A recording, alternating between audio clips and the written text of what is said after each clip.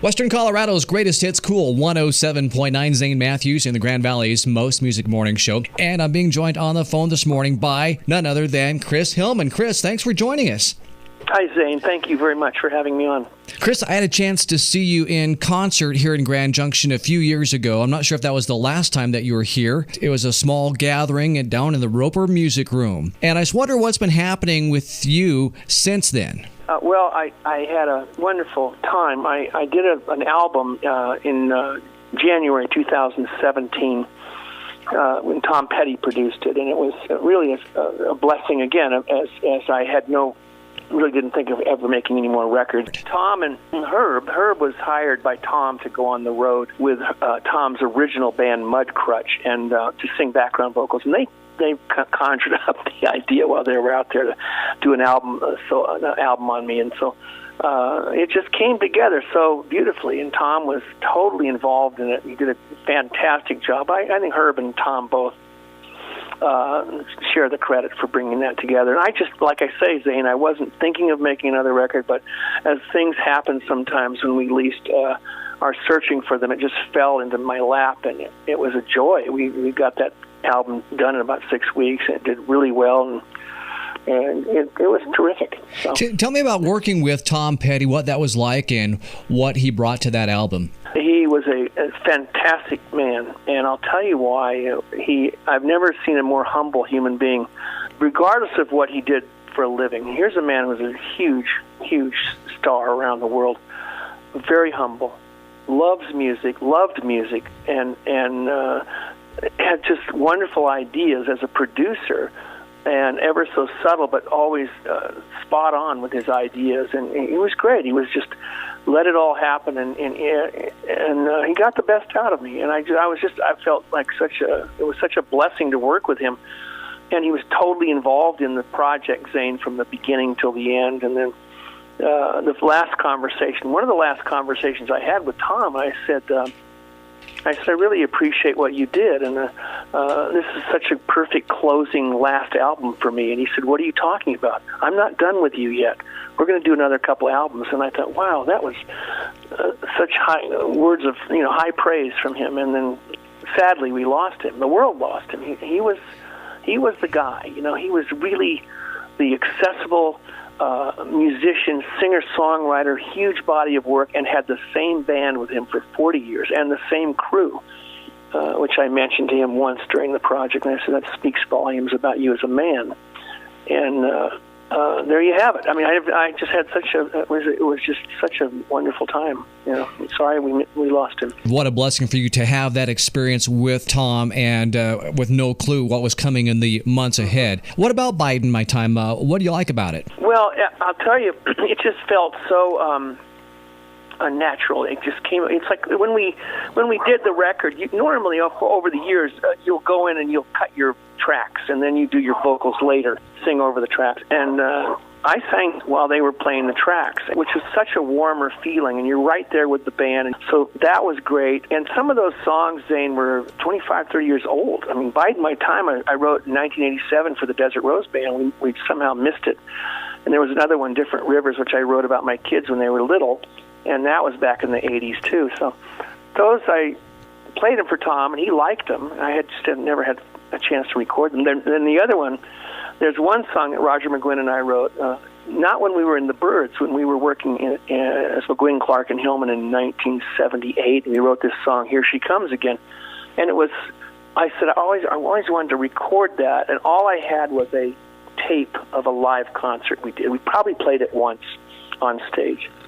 And it's so reminiscent of the early 60s Byrds, Beatles sound. Yes. And we got to record that, and I played with the Heartbreakers, and I played bass, and that was fun, because I haven't played bass in so long, Zane, so that was a lot of fun. I'm on the phone with Chris Hillman, and Chris is known for being one of the original members of the Byrds. Chris, I want to ask you about the Byrds. I know that was a long time ago, but that's great rock and roll history. How does it make you feel to be a part of that? I was a very lucky kid, and I'll say this word again. I was blessed, but I was a lucky guy to be able to be a part of that band. It was a unique group of guys and a very diverse bunch of people. But the one common denominator we had, we all came out of folk music. We were never a garage rock band. And I always say this, we literally plugged in our amplifiers and went from there. And Roger McGuinn was probably the most seasoned musician of the bunch. But I'm proud of that band. We made some great records. And the whole idea that was drummed into our head by our manager at the time was go for substance, make records that you can listen to and be proud of 40 years later. And I have to say that when he was right on the money. I mean, I think Turn, Turn, Turn is the Byrds' signature song. Sure. Not Mr. Tambourine Man, but I think Turn, Turn, Turn, and various things like that. And it was a great experience. I mean, my gosh, we had a great time. And we made great records most of the time. You never make a perfect record, but you hit and miss. But we had a good track record on that deal. Chris, did you have any inkling, though, at the time when you recorded Turn, Turn, Turn and Mr. Tambourine Man, that these songs had that potential to be so endearing and that decades later people are still playing those records and singing those songs? No, not at the time, but I knew Tambourine Man, I knew that possibly that would do something. We were all just sort of waiting to see what happened, and all of a sudden, a couple of us, well, I think all of us were in a car driving, and we heard it on the radio. The first time we heard it on the radio in Los Angeles, and we went, oh my gosh, and then Turn, Turn, Turn. By that time, we had established ourselves as Zane with the first #1 single, and then Turn, Turn, Turn came out, and it just started moving. And I go, it's funny. It's like it was the only song probably in the history of popular music that was really, in rock and roll especially, that was really taken out of the Old Testament, scripturally. Right.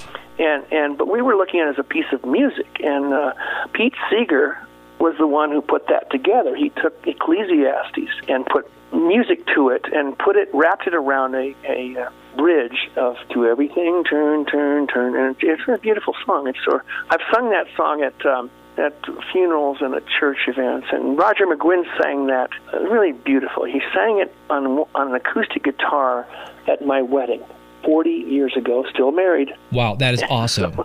I got to ask you this, Chris. I read that before the Byrds, you almost quit music. Is that true?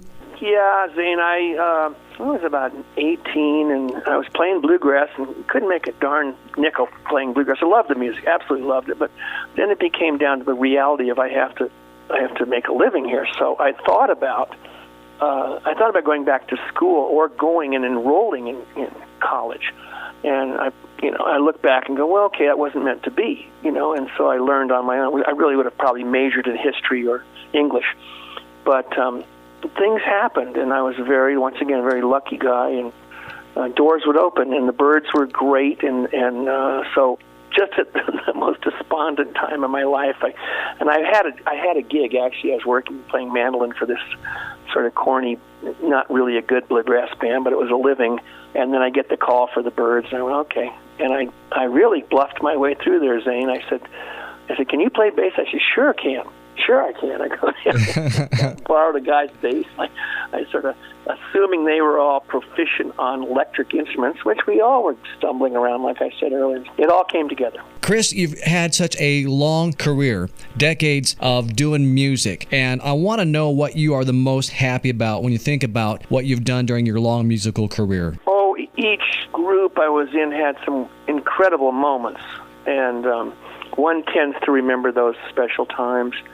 I think the best part of my life in music is that I had such a great family and kids that were very successful, having grown up, my daughter and my son, and a wonderful wife, and that at the end of the day is what it all is about. Because music per se, and as a professional musician or actor, it's not always conducive to raising a family. You're awfully out there, and it's a whole. This is another conversation we'll have someday. But I think the entertainment world can be very precarious path to tread on, and you got to know when to step out of the fantasy and into the reality. But I had some great groups I worked with, and I worked with some great people, and I learned from the best. I learned from David Crosby, Roger McGuinn, Gene Clark, Stephen Stills, on down the line, and had some great experiences.